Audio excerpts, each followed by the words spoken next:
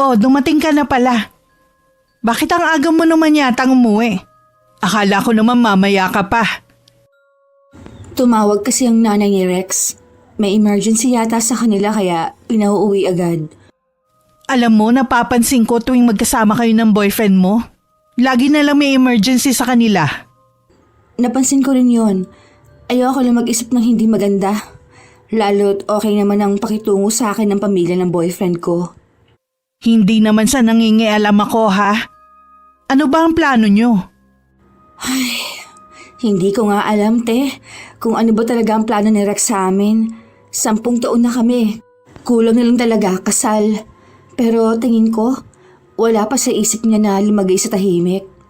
Nagparinig na nga ako sa kanya dati nang umaten kami ng binyag ng kaibigan namin eh. Tinawanan lang niya ako. Ibang klase rin, no?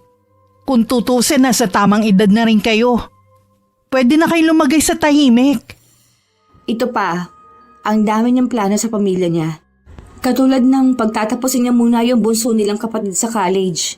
Tapos, ipapagawa niya ng bahay ang mga magulang. Pagdating sa amin, wala man lang siyang plano.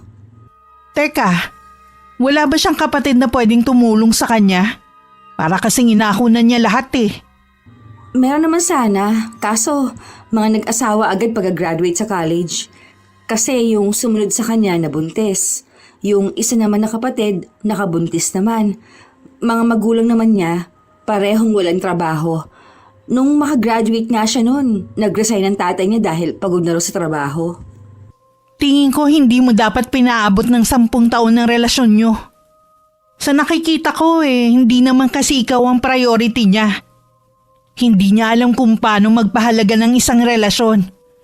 Nasanay na lang siguro siya na lagi kang nandyan sa tabi niya. Mahal ko siya, ate. Hindi ko kaya mawala siya sa akin, pero gusto ko na rin na magpakasal kami. Kung malakas ang loob mo, di ikaw ang magsabi sa kanya na magpakasal na kayo. Kasi kung hihintayin mo pa siya, malamang mamuti na lang ang mga mata mo sa kakahintay. Sorry sis ha. Pero noon pa nakitaan ko na ng red flag ang boyfriend mo. Ayaw ko lang kasing kontrahin ka dahil in love ka sa kanya. Kaya ba malamig ang pakikiharap mo sa kanya dati? Ewan ko ba? Para kasi may kakaiba sa kanya na hindi ko matukoy eh. O baka mabigat lang talaga ang loob ko sa boyfriend mo. Di ba may ganun naman? Kahit mabait ang isang tao, mabigat pa rin ang pakiramdam mo sa kanya. Kaya siguro hindi ko magawang mapalapit sa kanya. Bakit ngayon mo lang sinabi yan? Akala ko pa naman boto ka kay Rex. Kasi ayaw naming hadlangan ng kaligayahan mo. Kahit si Papa noon hindi rin niya gusto si Rex. Pero katagalan tinanggap na rin namin. Sa 10 taon na relasyon namin, wala naman siya ipinakita sa aking masama. Minsan nga lang talaga, madalas hindi natutuloy ang mga lakad namin dahil sa pamilya niya. Kung itutuloy mo pa rin ang relasyon nyo, siguro masanay ka na lang na lagi mong kaagaw ang pamilya niya sa lahat ng pagkakataon. Sa tingin ko din kahit ikasal kayo hindi pa rin magbabago ang sitwasyon. Pamilya pa rin niya ang uunahin niya palagi. Hindi ko maiwasan na mapaisip sa mga napag-usapan namin ni Ate Laura. Nagbalik din sa akin ng alaala kung paano nabuo ang relasyon namin ni Rex. Noon ko lang napagtanto sa kabila ng pagiging mapagmahal at maasikaso niya. Lagi pa rin nasa pagitan namin ng pamilya niya. Magkatabing unit ang tinitirhan namin ng ate ko. May pamilya na siya at isang anak na 8 taong gulang na babae. Pareho silang may trabaho ng asawa niya bilang virtual assistant. Ako naman 2 buwan na nag-resign sa trabaho. Pakiramdam ko kasi hindi na ako masaya sa trabaho ko. Inabot din naman ng 5 taon bago ko naisipang mag-resign. Sa ngayon gusto ko munang magpahinga. May sapat naman akong ipon para hindi magutom habang naghahanap ng bagong trabaho. Araw ng Sabado, nagkita kami ni Rex para kumain sa labas. Hanap ka na ba ng bagong trabaho? Wala pa Tsaka hindi pa naman ako nag-a-apply Bakit kasi kailangan mo mag-resign sa trabaho? Alam mo naman na mahirap maghanap ng mapapasukan ngayon eh. Sinabi ko naman sa'yo ang dahilan, di ba? Hindi na ako masaya. Gusto ko muna magpahinga. Sayang kasi ang sinasahod mo. Aba, mas malaki ka pa sa akin eh. Nanghihinayang nga din si na mama eh, nung malaman na nag-resign ka. Mas mahalaga sa akin ang mental health ko kaysa malaking sahod. Pwede ko pa naman yung kitain sa susunod kong trabaho eh. Ako nga rin, hindi na rin masaya sa trabaho ko. Pero dahil may mga umaasa sa akin, kailangan ko magtiis. Bakit kasi kailangan mo magtiis? Sana humanap ka na ng ibang trabaho. Sinabi ko naman sa iyo yung dahilan, di ba? At saka, wala pa akong ipon eh. Teka, akala ko ba may ipon ka? Nabanggit mo yun nung nakaraan ah. Ipon yun para sa pag-aaral ng bunso namin. At saka para na rin sa bahay na ipagagawa ko sa mga magulang ko. Eh kailan ka naman mag-iipon para sa atin? Anong ibig mo sabihin? Wala ka bang balak na mag-ipon para kung sakaling maisip na natin magpakasal? Anong kasal? Wala pa sa isip ko yan. Rex, 10 taon na tayo magkarelasyon. Ibig bang sabihin hanggang dito na lang tayo? Wala ka bang balak bumuo ng sarili mong pamilya? Meron naman, kaya lang hindi pa sa ngayon. Hindi ka ba naiinggit sa mga kabatch mo? Lahat sila pamilyado na. Ikaw na lang ang binata. Bakit naman ako maiinggit sa kanila? Akala yata nila, ganun lang kadaling magpamilya. Ibig sabihin lang yan, wala akong halaga o wala talaga sa isip mong pag-aasawa. Ano ba ako sa'yo ha, Rex? Ano bang klaseng tanong yan ha? Alam mo namang mahalaga ka sa akin eh. Hindi ko kaya mabuhay nang wala ka. Pakiramdam ko kasi wala kang plano na pakasalan ako. Gusto mo lang yata eh, habang buhay na lang akong nasa tabi mo. Ano ako, pang display lang? Ganon? Masyado ko naman nagmamadali eh. Alam mo naman na hindi pa tapos ang obligasyon ko sa pamilya ko. Alam mo sa tingin ko, kahit magkaroon ka na ng sariling pamilya, hindi pa rin mababawasan ang obligasyon mo sa pamilya mo. Tama nga talagang mama. Tama na ano? Meron ba silang sinasabi sa akin kapag nakatalikod ako? May palagay kasi si mama na kapag nagkatuluyan tayo, kukontra ka sa pagtulong sa kanila. Ganun pala ang tingin nila sa akin? Kakompetensya nila ako sa'yo? Bakit kasi kailangan mo magbanggit ng tungkol sa kasal eh? Nasira pa tuloy ang araw natin. Mabuti pa, ihatid mo na ako sa amin. Wala na ako sa mood. Huwag naman tayo maghiwalay na may tampo ka sa akin. Paano akong hindi magtatampo? Habang tumatagal kasi, parang binabaliwala mo na ako. Hindi ako manhid, Rex. Akala mo lang na binabaliwala kita. Mula noon, ako na lang ang laging nag-a-adjust para sa pamilya mo. Ni minsan, hindi ko malang maramdaman na inuna mo ang relasyon natin. Kapag natapos na ang obligasyon ko sa pamilya ko, tayo naman magpaplano para sa pagbuo ng pamilya natin. Kailan pa yun? Alalahanin mo, 3 taon pa bago graduate ang kapatid mo. May plano ka pa na ipagawa ng bahay ang mga magulang mo. Baka matanda na tayo pareho. Bago ka mag-umpisa ng pagpaplano para sa atin. Natural lang na unahin ko sila. Lalo na ang mga magulang ko na nag-aruga at nagpaaral sa akin. Sana naman maunawaan mo ko sa bagay na yan. Sa totoo lang, napapagod na ako na lagi ka nalang intindihin. Kung kailan naman matagal na tayo eh. Tsaka ka naman nag-iinarte ng ganyan. Hindi lang ako basta nag-iinarte. Kung wala kang balak intindihin ang sinasabi ko, umuwi na lang tayo. Sa totoo lang hindi ko maintindihan kung bakit kailangan ni Rex na tumanaw ng utang na loob sa pamilya niya. Hindi kasi namin naranasan ng ate Laura ko ang ganong bagay sa aming ama. Laging bukang bibig ng papa namin noon. Makapagtapos lang kami at maging matagumpay sa buhay, masaya na siya. Pero iba kasi kay Rex. Inuobliga siya ng kanyang pamilya na sila muna ang unahin bago ang sariling kaligayahan ng anak. Nagkaayos rin naman kami ni Rex bago maghiwalay ng gabing yon. Kinabukasan maaga ko nakatanggap ng tawag mula sa isang kaibigan at dating katrabaho. Iniimbita niya ako sa kasal niya sa susunod na buwan. Nung nag-aaral kasi ako ng college, may isa akong naging kaklase na working student. Sa isang golf course siya nagtatrabaho. Niyaya niya akong mag-apply nun bilang caddy. Dahil may itsura, natanggap naman agad ako. Tuwing Sabado at Linggo lang kami nun pumapasok dahil mga estudyante kami. Noon ko lang din nalaman na meron palang balikbayan na nagpapaaral sa kaibigan ko. At yun ang pakakasalan niya sa susunod na buwan. Ah, si Eileen ba yun? Buti naalala kang imbitahan sa kasal niya. Ang tagal niyo na rin hindi nagkikita ah. Friends naman kami sa Facebook kaya nakontak niya ako. Hindi nga ako makapaniwala na sila pala nung player niya dati ang makakatuluyan niya. Sila talaga ang nakatakda para sa isa't isa.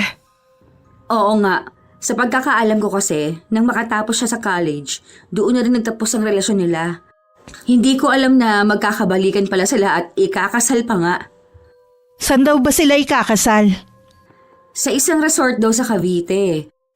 Taga dun kasi ang pamilya ng kaibigan ko para daw hindi na mahirapan ang mga kamag-anak na dadalo. Malayo din pala. Magkukommute ka lang ba papunta ron? Hihiramin ko sana ang kotse niyo ni Kuya kung okay lang naman ate. Oo naman, walang problema.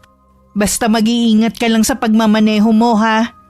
Wala kaming pakialam sa kotse. Mas concerned kami sa'yo.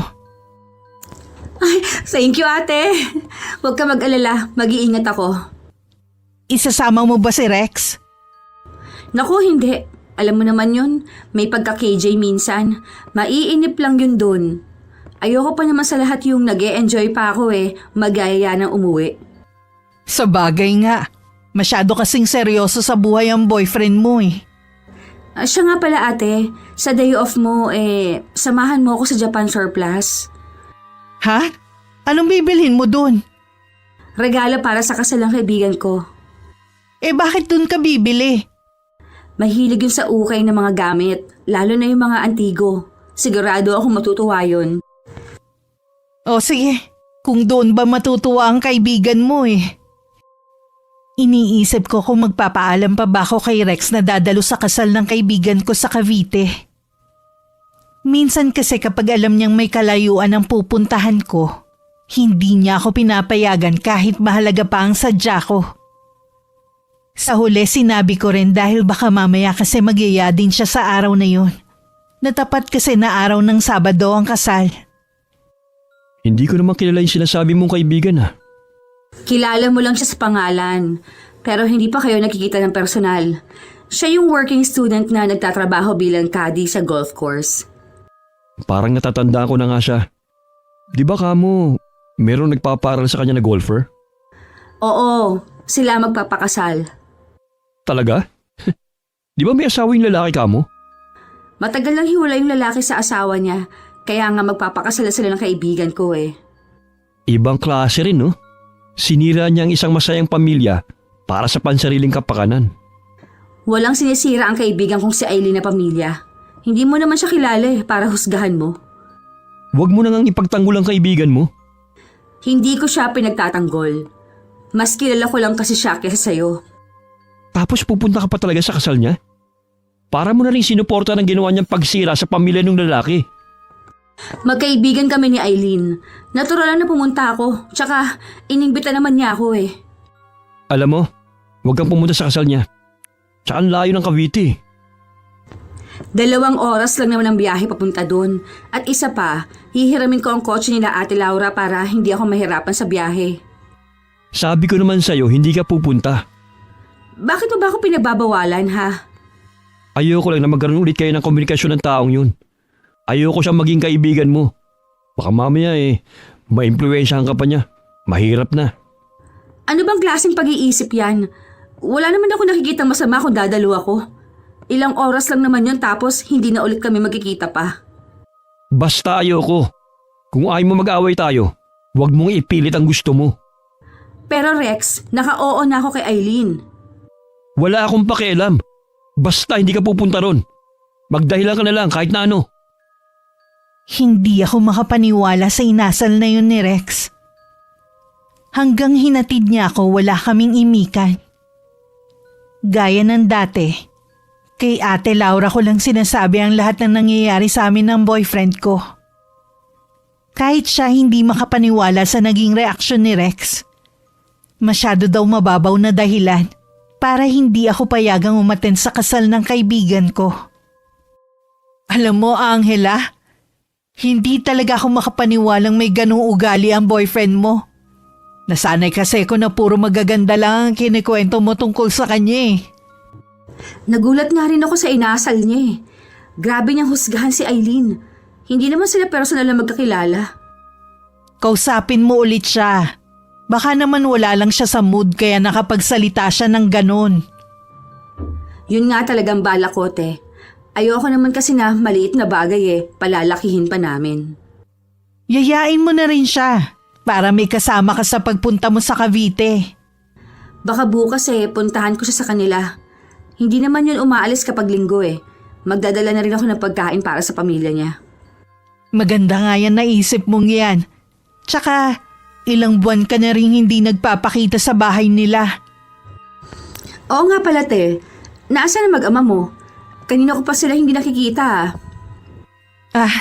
Day off kasi ng kuya mo ngayon. Kaya dumalaw muna sila sa mga biyanan ko. Alam mo naman kapag ganitong walang pasok, gusto na mag-ama ko na dun sila. Ang swerte mo kasi mababait ang mga biyanan mo. Sinabi mo pa, wala akong masabi sa kanila. Kahit sa mga kapatid ng asawa ko. Bihira na lang ang ganyan na tanggap ka ng pamilya ng asawa mo. Oo nga eh. Bigla ako tuloy naisip kung talaga bang tanggap ako ng pamilya ni Rex. Malalaman mo lang yan kapag nagsasama na kayo ni Rex. Kapag hindi nagbago ang pakikitungo nila sa'yo. Hindi naman silang pakikisamahan ko eh. Tsaka, syempre, titiyakin ko na nakabukod kami. Dapat lang naman na bumukod kayo. Kasi bubuo nga kayo ng pamilya eh. Pero kahit hindi sa iisang bubong kayo nakatira, dapat makisama ka pa rin sa kanila. Para wala silang masabi sa'yo. Oo naman. O paano te? Uwi na muna ako sa apartment ko. Baka nakakaabala na ako sa'yo eh. Balik na lang ako ha. Kinabukasan maaga kong gumayak para pumunta sa bahay ni na Rex. Nag-order ako ng isang bilaong pansit na dadalhin ko. Nasa kalahating oras lang naman ang biyahe papunta sa kanila. Kaya siguradong mainit pa ang pansit pagdating doon. Nung bumaba ako ng tricycle, bukas ang gate. Kaya tumuloy na ako. Bukas din ang pinto ng bahay. Magtatawag na sana ako nang bigla akong matigilan. Nag-uusap kasi si Rex at ang mama niya. Tatalikod na sana ako nang marinig ko ang pangalan ko. Dala ng kuryosidad, pinakinggan ko na lang ang pinag-uusapan nila. Matinding pagpipigil lang ang ginawa ko para hindi ko mabitiwan ang dala kong bilao. Hindi na lang ako tumuloy at umuwi na lang sa amin. Oh, bakit ang bilis mo naman makauwi? Bakit meron ka pang dalang pansit? Yan sana ang dadalhin ko sa pamilya ni Rex. Inuwi ko na lang dito. Wala bang tao doon? Kaya umuwi ka na lang? Nandun silang lahat. Hindi na lang talaga ako tumuloy. Teka nga lang muna. May nangyari ba? Bakit namumula ang mga mata mo? Umiyak ka no? Magsabi ka sa akin ng totoo. Narinig kong nag-uusap si Rex at ang mama niya. Hindi nila ako gusto para kay Rex. Tingin nila sa akin, kaagaw sa pera ng anak nila. Ano? Sigurado ka ba sa narinig mo? Oo ate, ipinusumpa pa ng mama ni Rex na kahit anong mangyari, hindi ako pakakasalan. Para wala daw ako magiging habol sa ipupundad ng anak nila. Ang gusto lang naman nila, magsama kami sa isang bubong na walang basbas ng simbahan. Aba, hindi naman pwede yun. Anong akala nila sa'yo? Basta napulot lang ni Rex sa tabi-tabi? Anong sabi ng boyfriend mo? Puro tango lang siya. Hindi siya masyado nagsasalita. Ang tanda na ng boyfriend mo, hindi pa rin marunong manindigan sa kung anong gusto niya. Umaasa pa naman ako na siya ang tutupad sa pangarap kong kasal. Yun pala. Mag-usap kayo ng masinsinan ni Rex para alam mo kung aasa ka pa ba o hindi na. Sayang ang 10 taong ginugol mo sa relasyon nyo. Anong gagawin ko, te? Hindi ko naman kaya mawala si Rex sa buhay ko eh. Sa kanya lang umikot ang mundo ko mula noon. Kaya ang makakabuti niyan kausapin mo siya ng masinsinan. Ayoko muna siyang kausapin, ate. Ayoko siyang makita eh. Paano kung pumunta siya rito? Hindi ko siya haharapin. Ay, sige. Ako na lang ang bahalang humarap sa kanya kapag dumating siya rito. Inoff ko muna ang cellphone ko ng ilang araw. Dumating din si Rex sa apartment ko pero hindi ako sumasagot sa mga tawag niya. Umaalis na lang siya. Sa pagbalik niya ulit, hindi ko pa rin siya hinarap. Pinuntahan na lang niya ang kapatid ko para alamin kung ano nangyayari sa akin. Nag-aalala pa naman ako sa kanya dahil ilang araw niya nang hindi sinasagot ang tawag ko. Nandyan lang pala siya at nagtatago sa apartment niya. Hayaan mo muna siya. Tsaka na kayo mag-usap kapag malamig na ang sitwasyon. Ano ba kasing kinagagalit niya? Bakit hindi niya ako kausapin? Tatanungin muna kita, Rex. Ano bang plano mo sa kapatid ko? May bala ka bang pakasalan siya balang araw? Sa tingin ko, labas ka na sa relasyon at plano naming dalawa. Sa amin lang siguro ang bagay na yan. Ang mabuti pa, huwag ka lang makialam sa relasyon namin. Para na rin kayong mag-asawa. Kulang na lang kasal. Alam ko yun, pero labas ka na kasi dun. Ganun ba? Ayaw mo palang pinapakialaman maliban sa mga magulang mo Ate Laura, Nagpunta si Angela sa bahay niyo nung linggo at narinig niya ang pag-uusap ninyo ng mama mo. ano? Galing sa bahay namin si Angela? Gusto ka niya kasing sorpresahin. Yung pala siya ang masosorpresa. Kami na lang siguro mag-uusap ni Angela tungkol sa bagay na yan. Kung makikipag-usap pa siya sa'yo. Huwag mo kasi siyang sulsulan para magkaayos kami.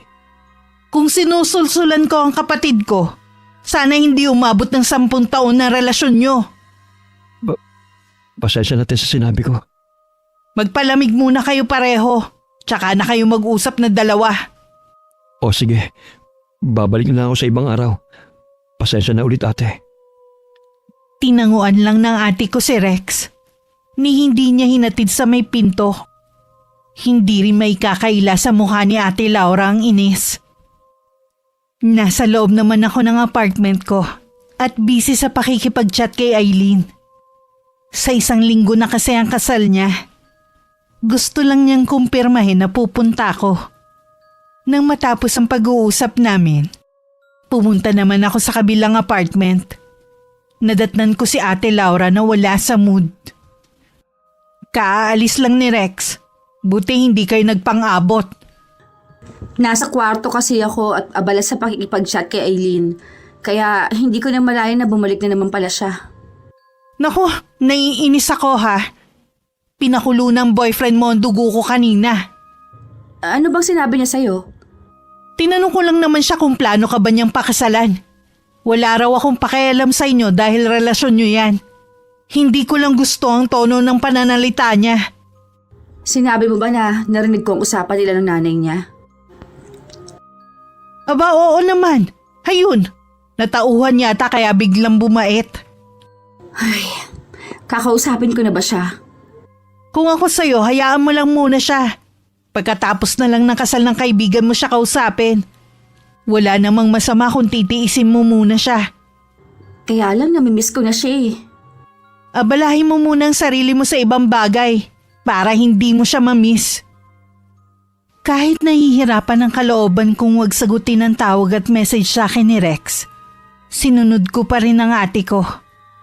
Naisip ko rin na baka dahil doon makapag-isip-isip din siya na mahalaga ako sa kanya. Dumating ang araw ng pag-attend ko sa kasal ng kaibigan ko. Sakto lang ang pagdating ko. May oras pa kami para magkwentuhan ni Eileen bago mag-umpisa ang seremonya. Pagkatapos pala ng kasal, 1 linggo lang sila dito at aalis na rin papuntang Hawaii. Doon pala nakatira ang asawa niya. Ipinakilala rin niya ako sa asawa niya at sa ibang bisitang nandun. Sana, Balang araw kahit simple lang ay maranasan kong ikasal. Habang nasa okasyon ako, may pakiramdam akong tila merong nagmamasid sa akin. Tuwing igagala ko naman ang paningin ko, wala naman akong makitang taong nakatingin sa akin.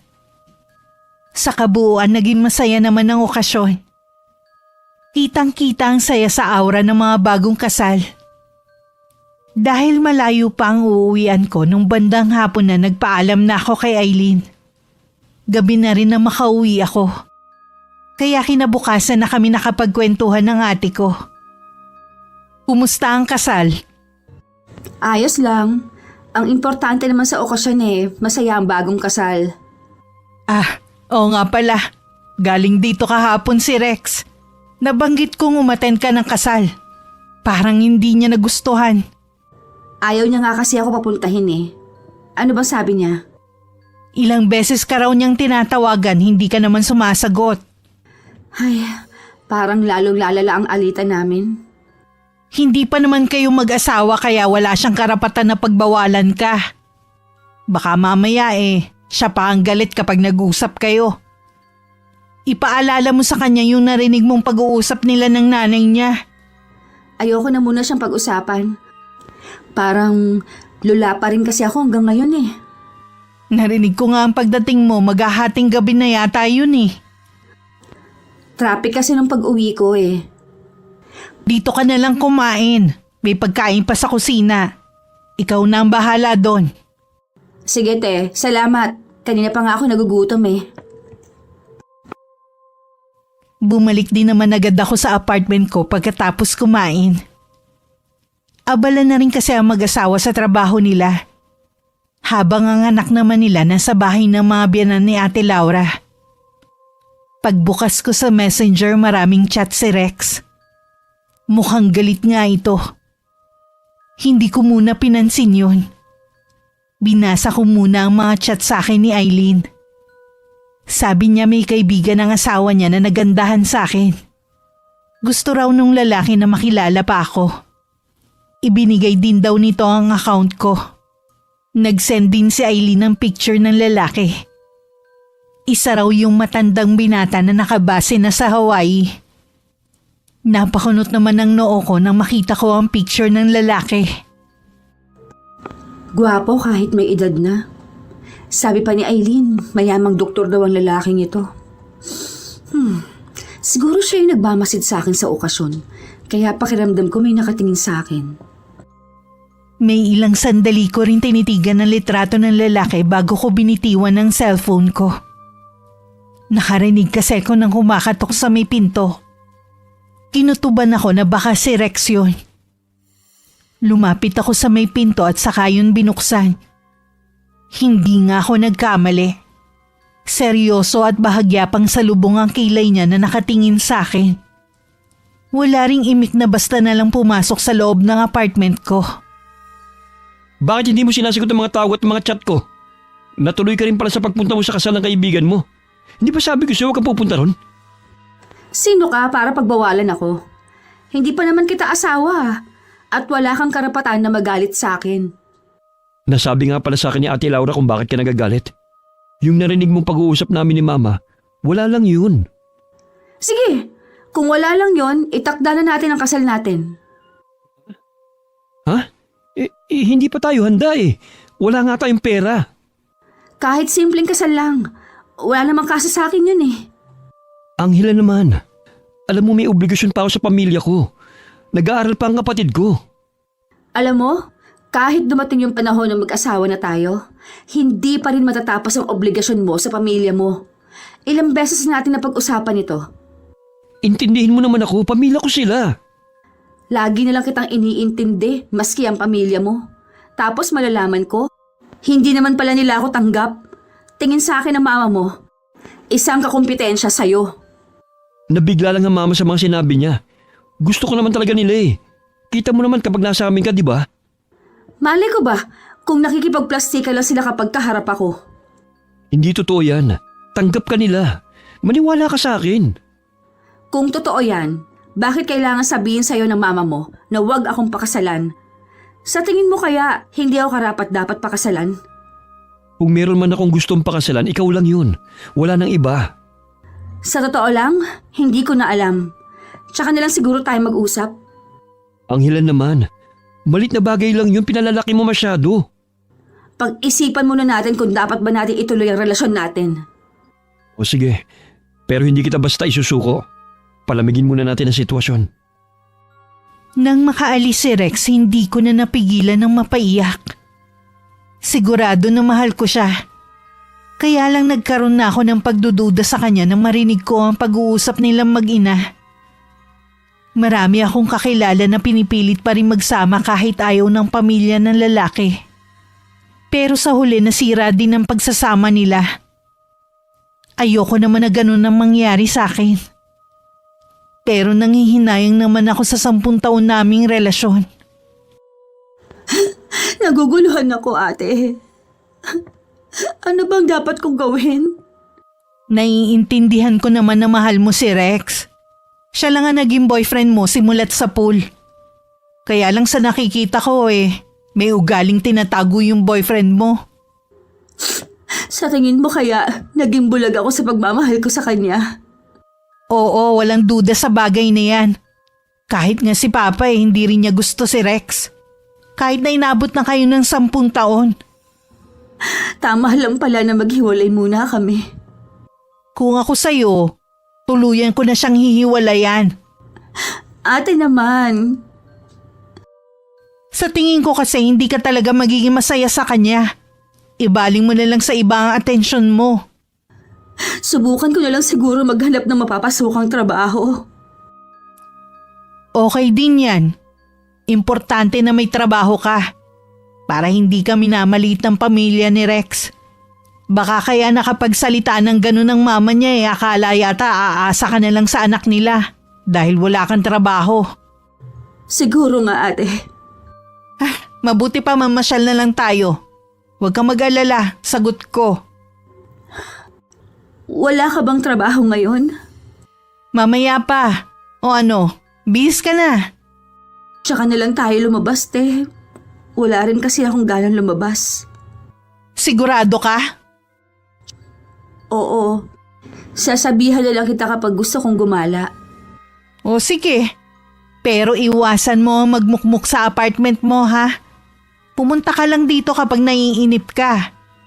Oo, te. Uuwi rin muna ako. Pipilitin ko rin matulog. Puyat din kasi ako kagabi dahil kakaisip kay Rex.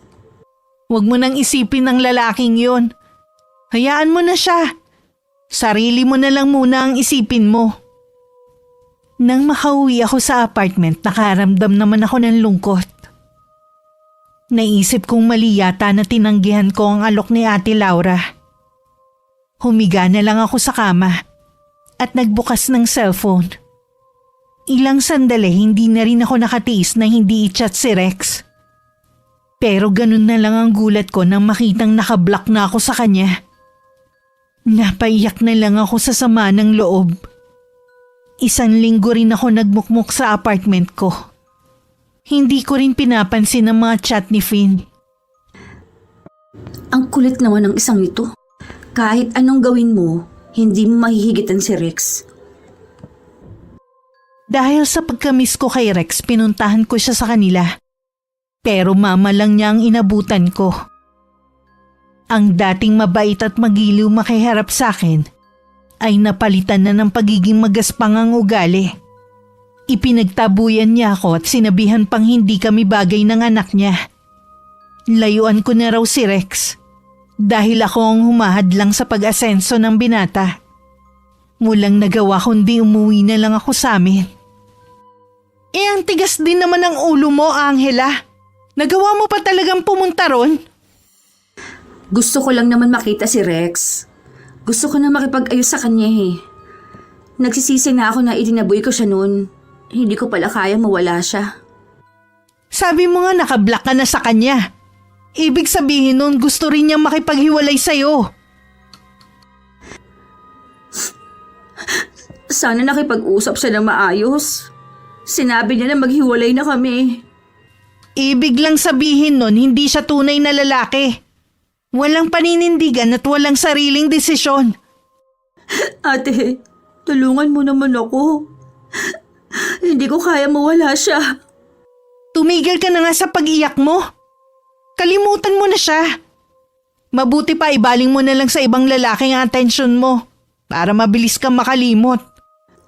Ate naman, hindi naman solusyon yan eh. Anong hindi? Ganun ang ginagawa ng iba para mabilis sila makalimot. Ayoko ngang gumaya sa mga yun, ate. Anong gusto mo? Magmumukmuk na lang, ganon. Mas gusto ko na rin yun. Hihintayin ko na rin si Rex. Alam ko, hindi rin niya ako matitiis. Napapailing na lang sa akin si Ate Laura. Pero hindi niya ako nakumbinsi na sundin ang sinasabi niya. 1 linggo pa ako nagmukmuk at umiyak sa loob ng apartment ko. Hindi rin ako nawawalan ng pag-asa na darating si Rex. Ngunit habang lumilipas ang mga araw, tila malabo na rin napuntahan pa niya ako. Sa pagbukas ko ulit ng cellphone, may mga chat si Finn sa akin. Wala naman sigurong masama. Baka gusto lang niya makipagkaibigan sa akin. Sabi naman ni Eileen, mabait at gentleman siya. Masayang kachat si Finn. Halata ring matalino siyang tao. Sa mga simpleng biro niya napapangiti niya ako. Nasa Hawaii na pala siya ngayon. Tinanong niya kung uuwi raw siya, papayag daw ba ako makipagkita sa kanya. Hindi ko alam kung bakit ako pumayag.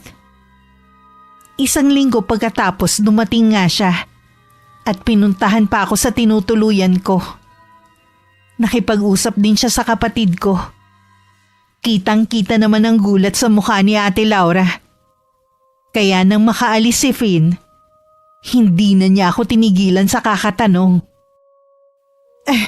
Teka, saan mo siya nakilala?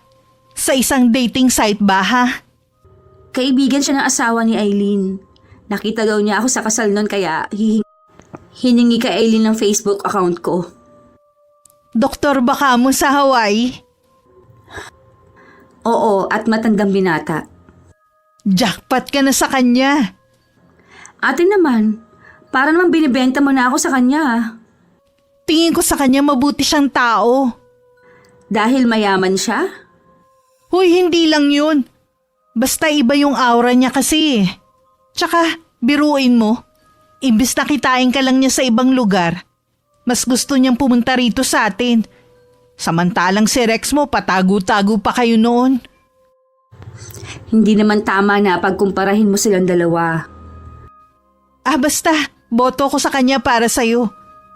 Wag mo na siyang pakawalan pa ha. Baka wala ka nang mahanap na katulad niya. Wala naman siyang sinasabi na kahit ano sa akin. Malay mo, nakikipagkaibigan lang yung tao. Sa lagkit ng titig niya sa'yo, hindi lang kaibigan ng turing niya sa'yo, no? Tsaka biruin mo, bumiyahe pa siya pa uwi dito para lang makita ka. San ka pa? Ikaw na. Ay, umaasa pa rin ako na magkakaayos kami ni Rex. Ang tanga mo rin, no? Gusto mo alugin ko yung ulo mo? Baka sakaling matauhan ka na. Hindi naman kasi ganun kadaling kalimutan ng 10 taon namin pinagsamahan eh. Para sa'yo, ang hirap bitiwan ng 10 taon, pero para kay Rex, madali lang kasi nga mas mahalaga sa kanya ang pamilya niya. Kaya sana magising ka na rin. Lagi kami magkasama ni Finn sa pamamasyal at pagpunta sa mall. Kung ano-ano ang binibili niya sa akin. Katulad ng mga damit, bag at maging alahas.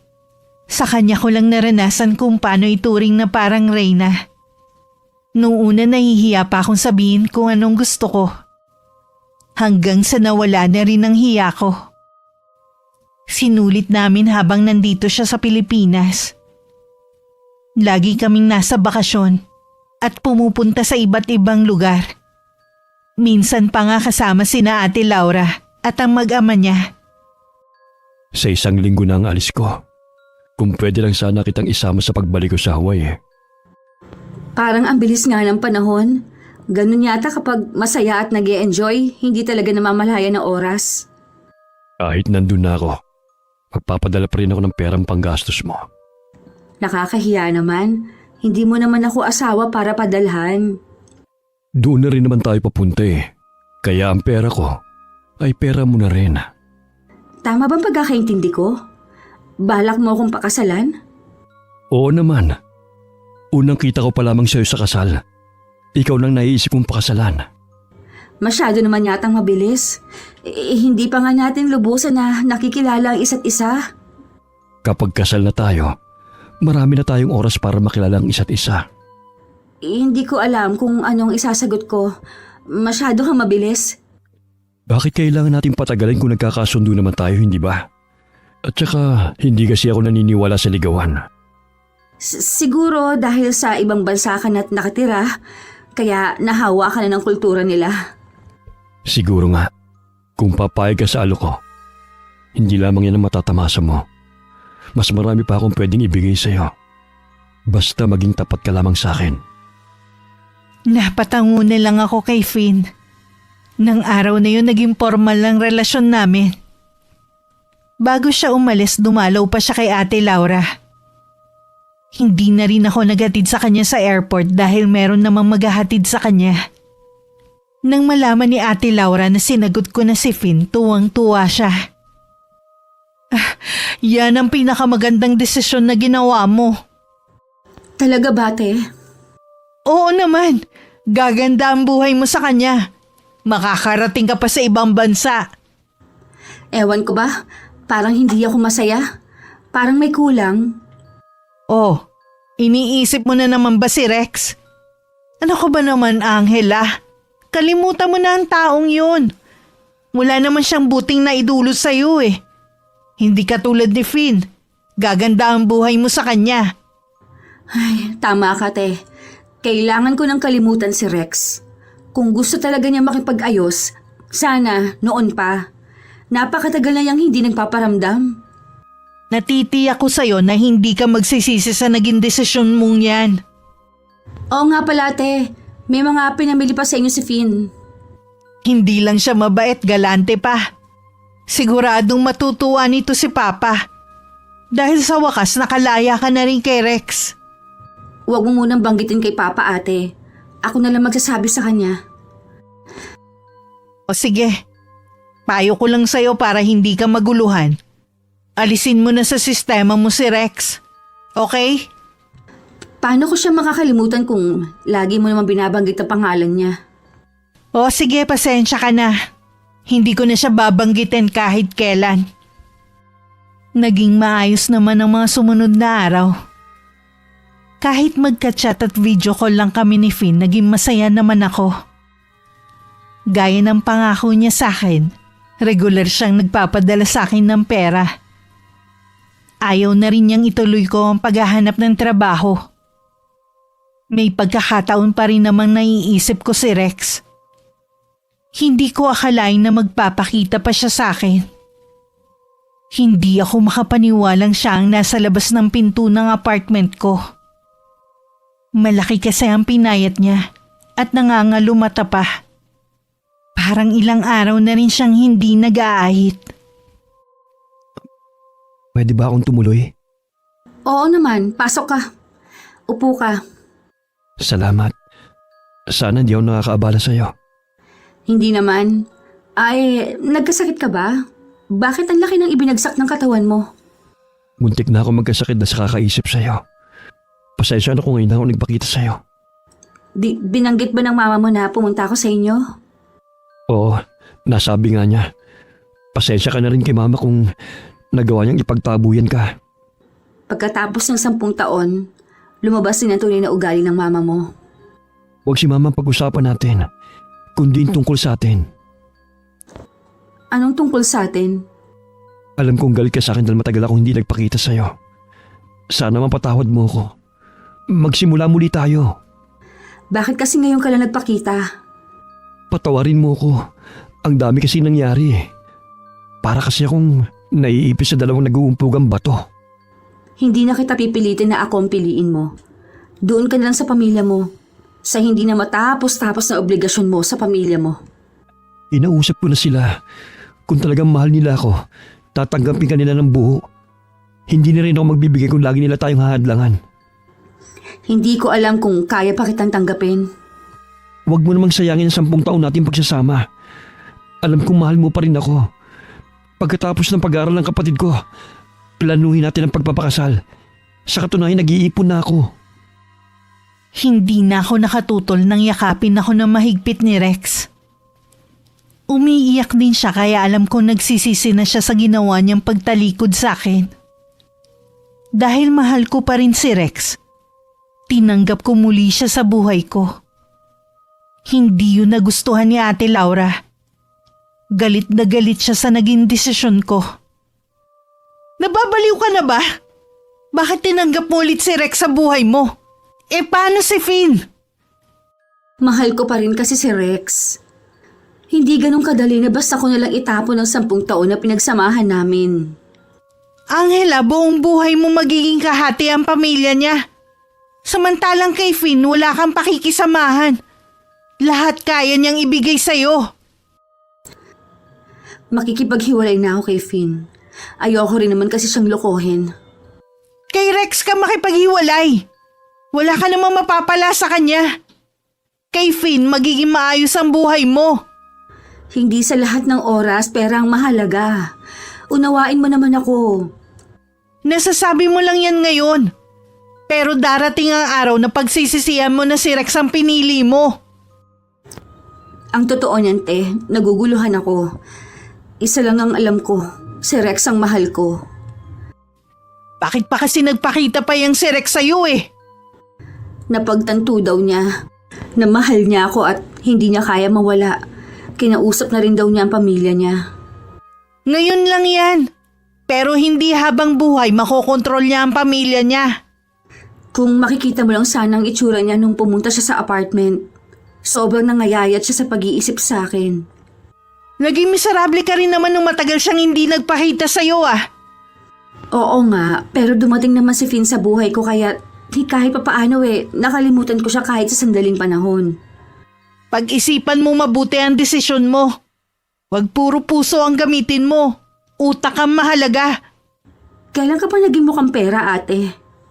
Kung nakikita ko lang na mabuti yung si Rex, papayuhan kita na siya ang piliin mo kahit mahirap siya. Hindi. Noon pa nararamdaman ko nang merong ugaling tinatago ang lalaking yun.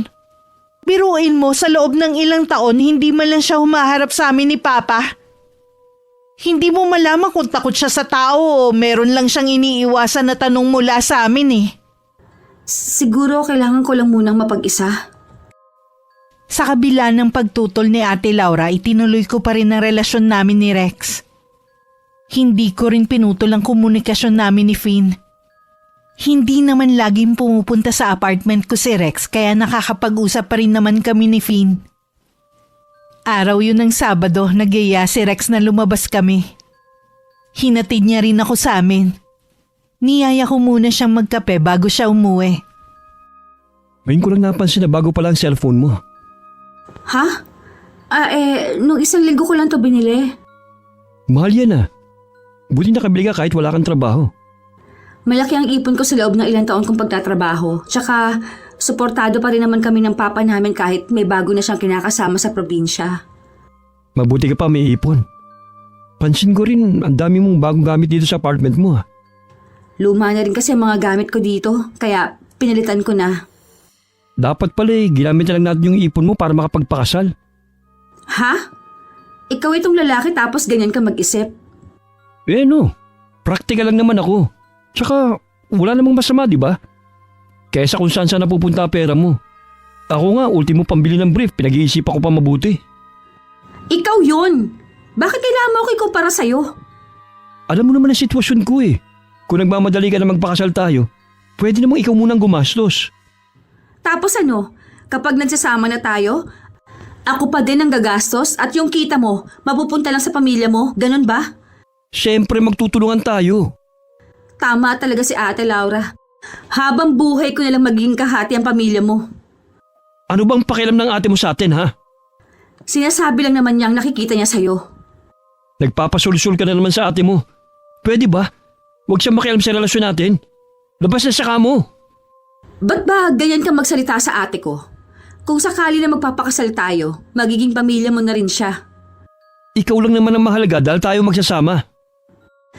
Tapos ano, ako dapat meron pakialam sa pamilya mo, ganun ba? Tama na nga. Wala namang kakwento-kwento itong pinagtatalunan natin eh. Sino ba nag-umpisa? Kapag mag-asawa na tayo, ang pera mo magiging pera ko na rin. Anong masama sa sinabi ko? Pues, kahit kasal tayo, ang pera ko magiging pera ko lang. Hindi mo ito pwedeng hawakan. Ang swapang mo naman. Wala akong pakialam. Diyan ka na nga. Makaalis na. Ngayon ko lang nakita ang ugali mong yan. Bago umalis, iginala pa ni Rex ang paningin sa kabuuan ng apartment ko. Halos lahat kasi bago at pera ni Finn ang pinambili ko. Napansin kasi niya na konti lang ang gamit ko at halos luma na. Umupo muna ako at sumandal. Nakakapanghina rin pala makipagtalo. Yun din ang kauna-unahang pagkakataon na nagtalo kami ng matindi ni Rex. Kahit kailan kasi hindi naging issue sa amin ng pera. Isa rin sa napansin ko, madalas ako ang pinagbabayad niya ng kinain namin. Wala namang problema sa akin yun. Dahil sa ilang taon, lagi naman siya ang taya. Hindi ko lang talaga maiwasan na magtaka. Kinabukasan si Ate Laura naman ang pumunta sa apartment ko. Angela, kung magtatalo kayo, siguraduhin mo lang na nakasara ang pinto ha, para walang makakarinig. Mabuti nga yun, para hindi ko na kailangang ikwento sa'yo nangyayari. Ano bang pinagmulan ng pagtatalo nyo ha? Paano kasi? Pinag-iinteresan niya ang pera ko. Hindi ako madamot ate. Pero sa lahat ng ayaw ko, yung pangungunahan ako, lalo't pera ko. Tsaka, parang nakikita ko na ang tunay niyang ugali. Sabi ko na sa'yo eh, may ugali yung lalaking yan. Ikaw lang tong ayaw maniwala sa akin eh. Siguro dahil bulag ako sa pagmamahal sa kanya. Anong plano mo ngayon? Dapat kasi isa lang sa kanila. Huwag kang mamangka sa dalawang ilog. Mamimili naman talaga ako sa kanila eh. Naguguluhan lang talaga ako sa ngayon. Baka tong sasabihin ko ay makatulong sa'yo. Isang kaibigan ko ang nakakakilala kay Rex. Sa iisang building lang kasi sila nagtatrabaho.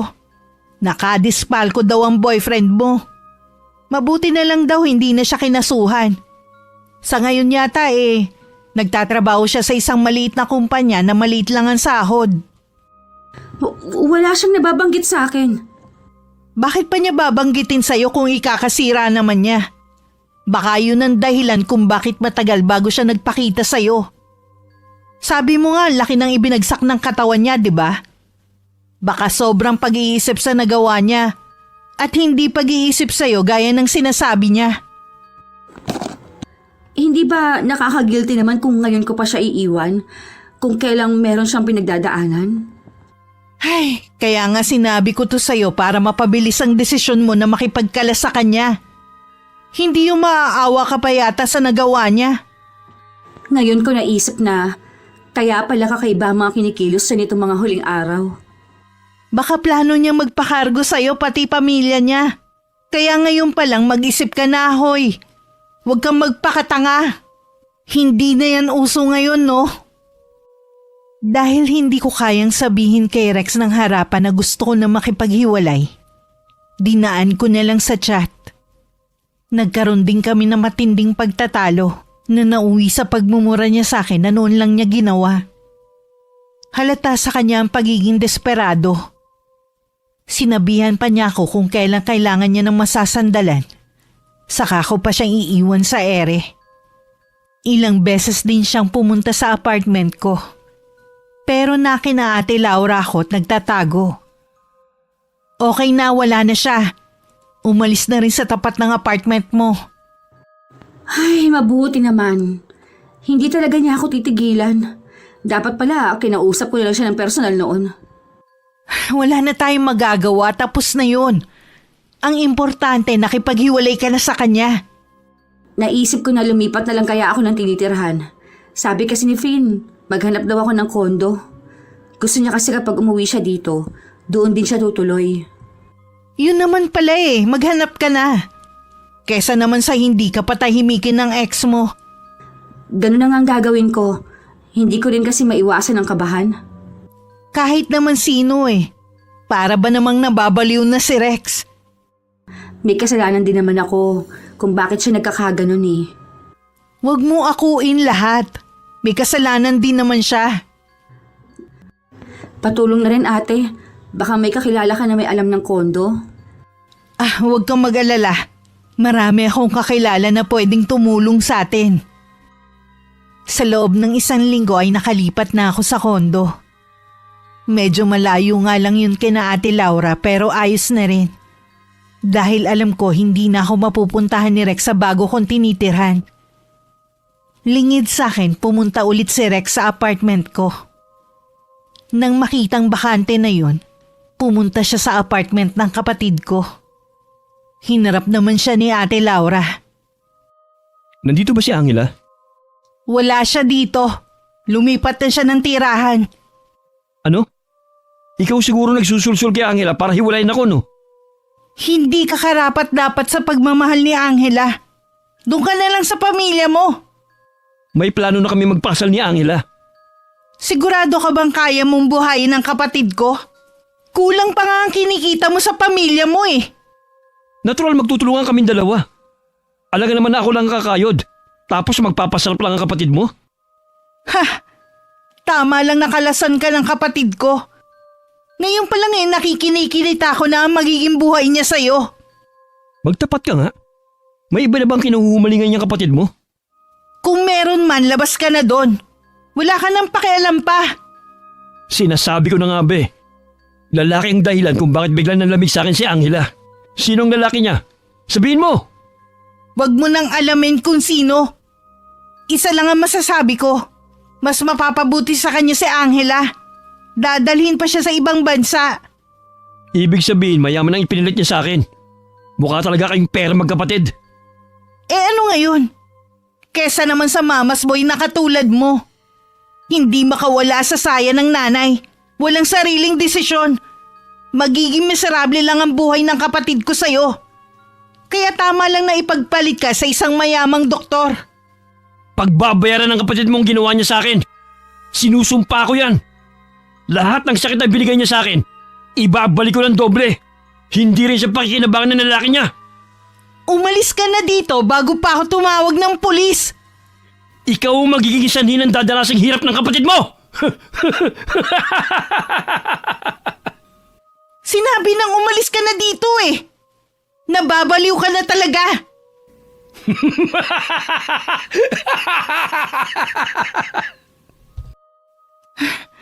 Buti na lang umalis na siya. Grabe kinabahan ako dun ah. Baliw na yata ang lalaking yun.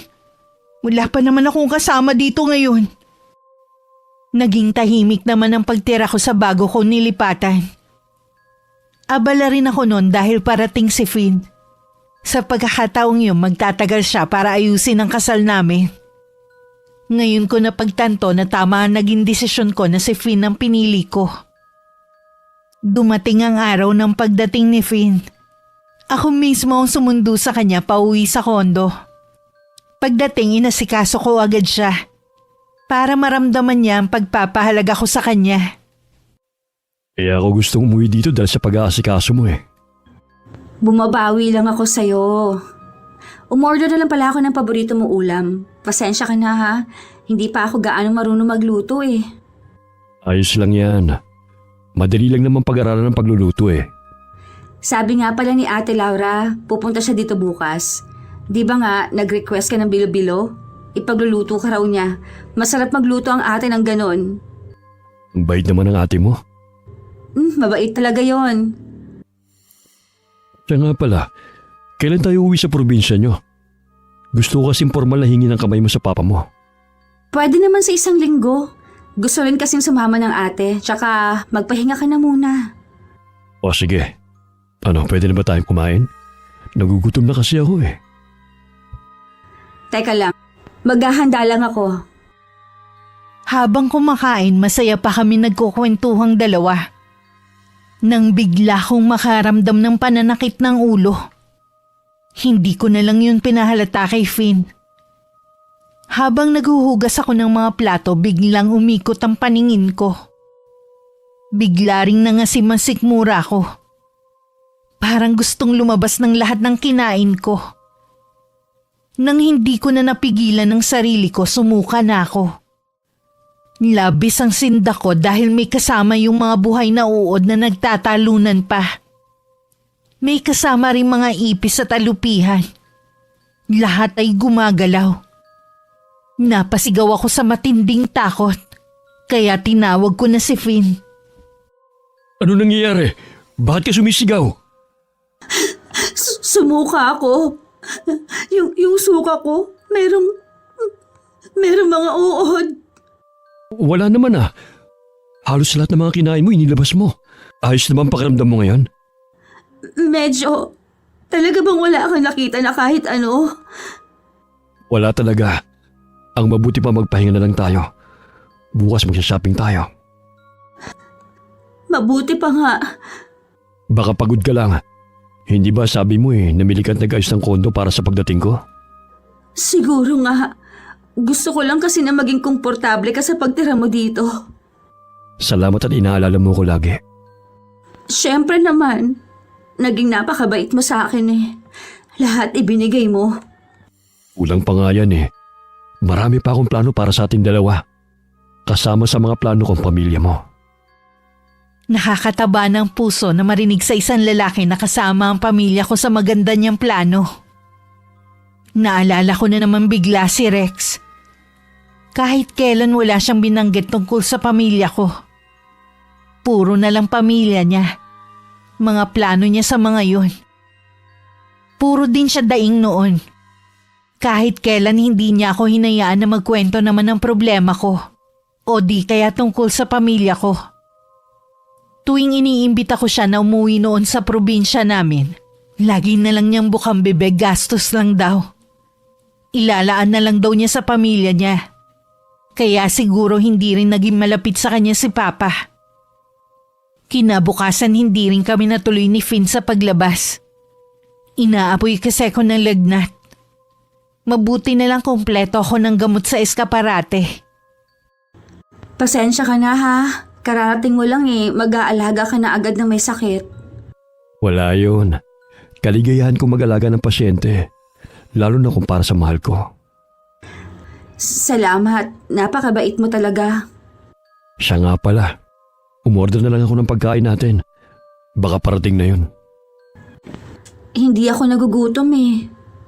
Kailangan mong kumain. Mamaya iinom ka na ng gamot. Kailangan may laman ng tiyan mo para hindi ka sikmurain. Sige na nga. Pipilitin kong kumain. Nang dumating nga ang pagkain in-order ni Finn, natakam naman ako at nakaramdam ng gutom dahil sa mabangong amoy. Nang makatapos kaming kumain, isinuka ko rin ang kinain ko. Napapikit na lang ako para hindi makita ang kasama ng isinuka ko. Nagtataka rin ako kung bakit hindi yun nakikita ni Finn. Nagkaroon na rin ako ng mga bukol sa katawan. Nakatagalan nagkaroon na ng nana. Dinala na rin ako ni Finn sa ospital para mabigyan ng lunas. Dumating din si Ate Laura pagkatapos siyang tawagan ni Finn. Salamat naman at nagising ka na rin. Kanina ka patulog pagdating ko eh.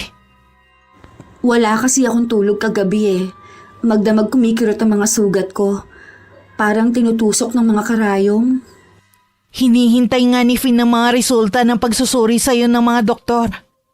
Nasa labas siya. Kausap yung ibang doktor na kabatch niya. Natatakot ako ate. Saan naman? Baka kasi hindi na ako gumaling.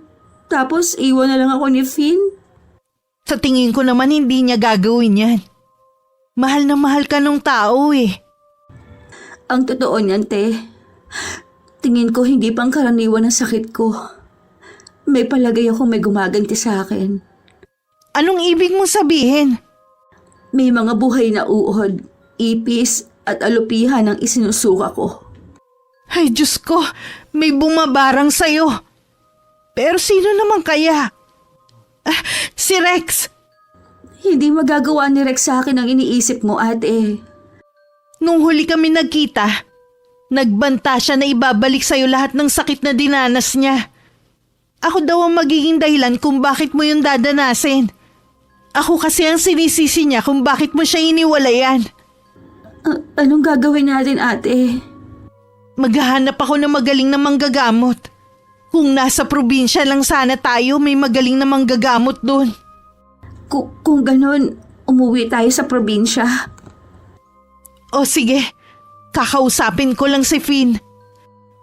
Lumabas din naman agad ang resulta ng pagsusuri ng mga doktor sa akin. Kahit sila nagtataka dahil normal ang lahat sa akin. Wala silang nakita na sakit ko. Kaya inulit-ulit nila ang pagsusuri at ganun pa rin ang lumabas.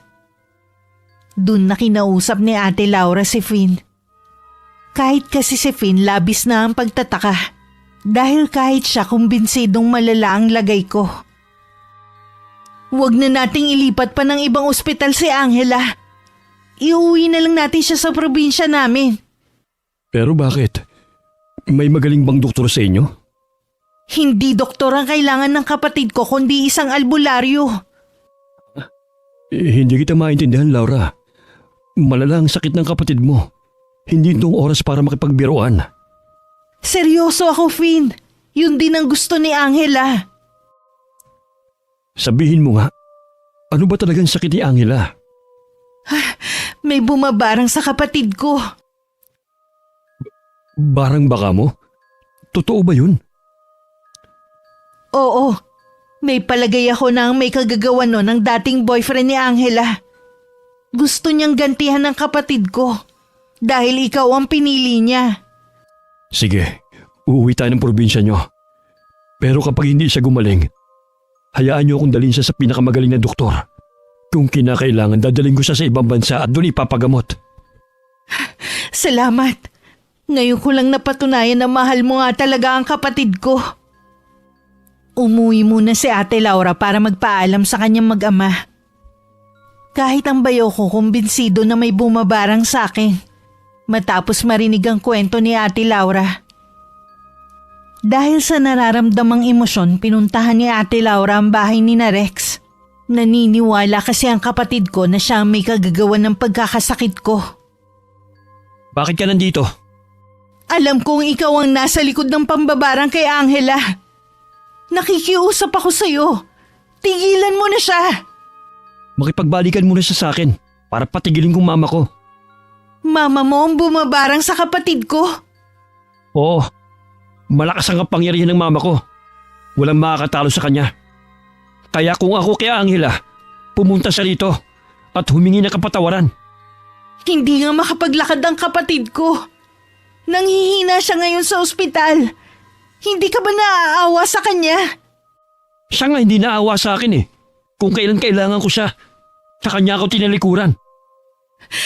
Ako na lang ang gantihan mo, wag na ang kapatid ko. Sa nakikita kong paghihirap mo, para na rin ako nakagante. Sabi ko naman sa'yo, di ba?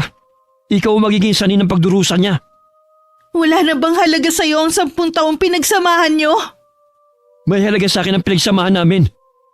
Siya lang naman itong tumalikod sa akin eh. Ipinagpalit niya ako sa isang mayaman. Pwes, magdusa sa habang buhay. Kung ganon hindi na talaga magbabago ang isip mo. Hindi ka ba natatakot sa karma, Rex? Ang kinakarma dito si Angela. Umalis ka na. Panoorin mo na lang ang paghihirap ng kapatid mo. Rex, teka lang! Mag-usap muna tayo!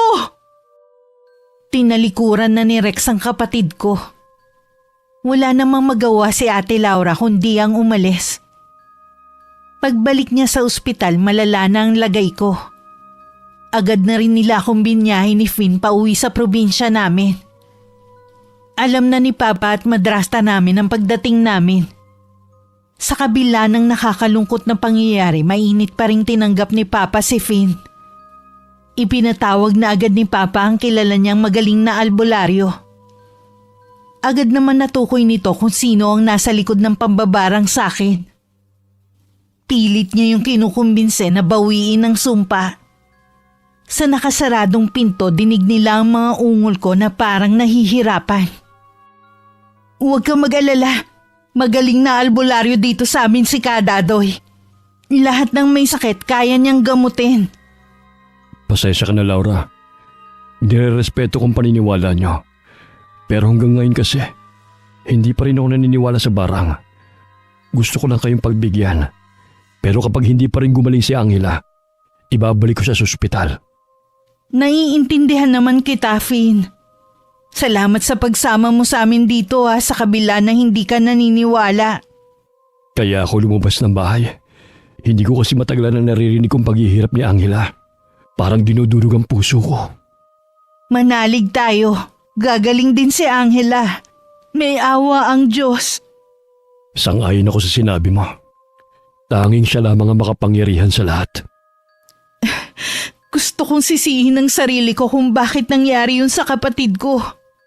Gusto ko lang naman na mapabuti siya Noon pa hindi na maganda ang pakiramdam ko sa Rex na yun. Tama nga ako. May lihim na itinatago ang pamilya nila. Hindi niya totoong minahal si Angela.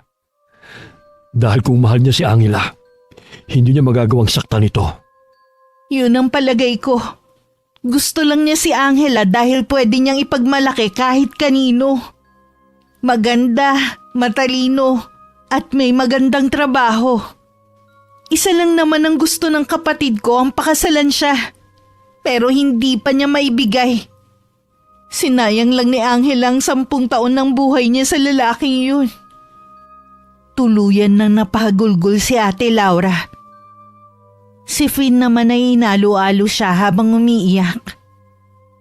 Labis din ang lungkot na nararamdaman ng papa at madrasta ko dahil sa sinapit ko.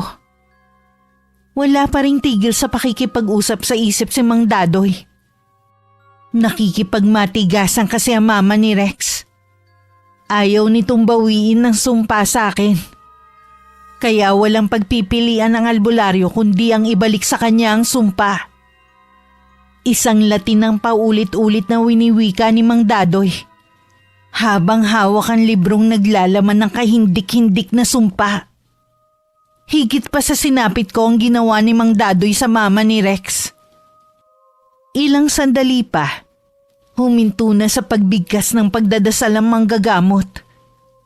Tanda na naibalik na niya ang sumpa sa taong gumawa sa akin ng pambabara.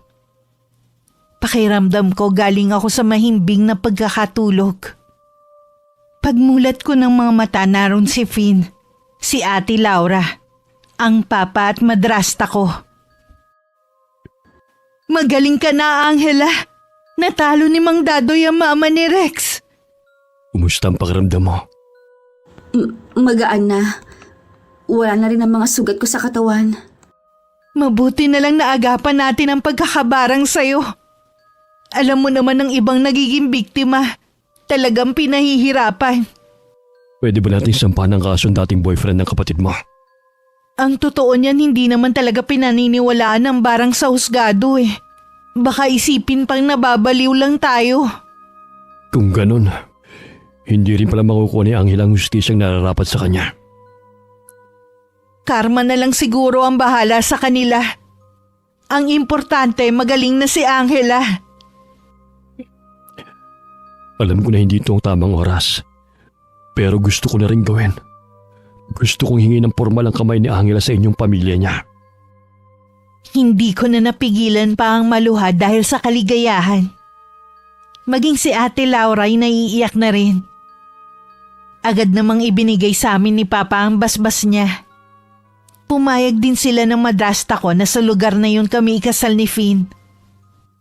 Makalipas nga ang 1 buwan, ikinasal na kami ni Finn.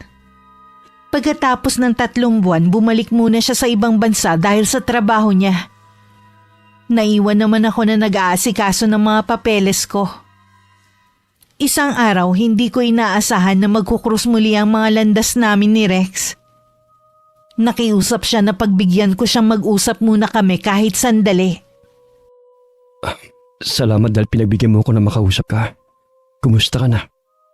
Lalo kang gumanda. Ayos lang. May asawa na pala ako.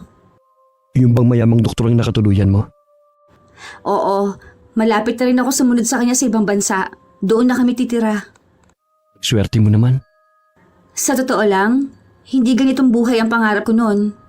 Siguro, ibang nakatadhana sa akin. Siguro nga. Angela, patawarin mo sana ako sa nagawa ko sa'yo. Nadala lamang ako sa matinding galit ko. Matagal na kitang pinatawad. Sana, mapatawad mo rin ako kung nasaktan man kita. Kumusta na pala ang nanay mo? Na-stroke siya. Lagi na lang siyang nakahiga. Alam kong kahit hindi niya masabi, gusto rin niyang humingi ng kapatawaran sa'yo. Pakisabi, matagal ko na kamo siya napatawad. Magpagaling kamo siya. Isasama ko siya sa mga dasal ko. Tiyak na matutuwa siya kapag nalaman niya na nagkita tayo. Paano, Rex? Kailangan ko na kasing umalis. May lakad pa kasi kami ni Ate Laura eh. Pakisabi rin pala sa ate mo. Pasensya na kamo sa mga binitiwan kong hindi magagandang salita. Oo, sasabihin ko na lang pag-uwi. Ingat ka. Kahit hindi ako lumingon, alam kong nakasunod pa rin sa akin ng tingin si Rex. Kinapa ako sa dibdib ko kung may nararamdaman pa ba ako sa kanya. Wala na. Kundi isang bahagi na lang siya ng nakaraan. Wala na rin bigat sa dibdib ko. Dahil alam kong napatawad na namin ng isa't isa. Pag-uwi sa bahay, ikinuwento ko kay Ate Laura ang pagkikita namin ni Rex. Matagal na rin naman siyang pinatawad ni Ate Laura. Kaya magaan na sa amin ang pag-usapan siya. Sa kabila ng mga pangyayari sa buhay ko na mahirap ipaliwanag dahil na rin sa makabagong teknolohiya, nagdulot ito ng isang malaking aral na habang buhay kong dadalhin. Labis din ang pasasalamat ko. Dahil ibinigay ng Panginoon ang tamang lalaki para sa akin. Wakas,